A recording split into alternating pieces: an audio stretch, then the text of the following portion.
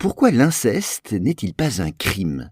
Alors le nombre de victimes déclarées d'inceste est passé de 2 à près de 7 millions de 2009 à 2020. Des situations parfois médiatisées quand elles touchent des personnalités. Mais contrairement à ce qu'on pourrait penser, les personnes commettant un inceste ne sont pas forcément inquiétées par la justice.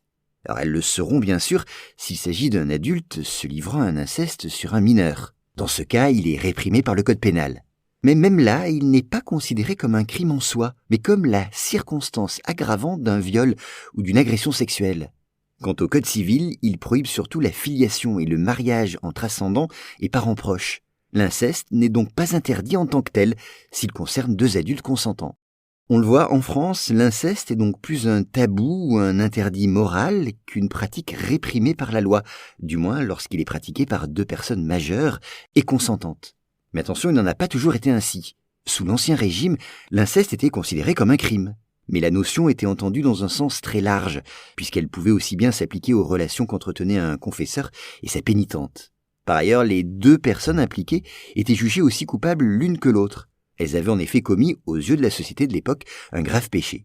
Et c'est précisément cette notion de péché et d'ordre moral que la Révolution française voulut combattre, en faisant disparaître l'inceste en tant que tel des textes de loi.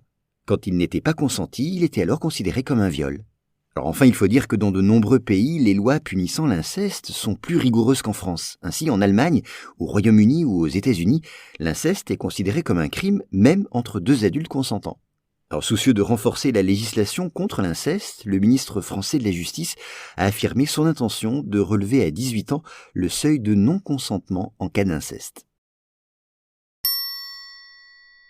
Voilà pour cet épisode. S'il vous a plu, sachez que j'en publie plusieurs par jour sur mes podcasts Choses à savoir. Je mets tous les liens en description. Merci.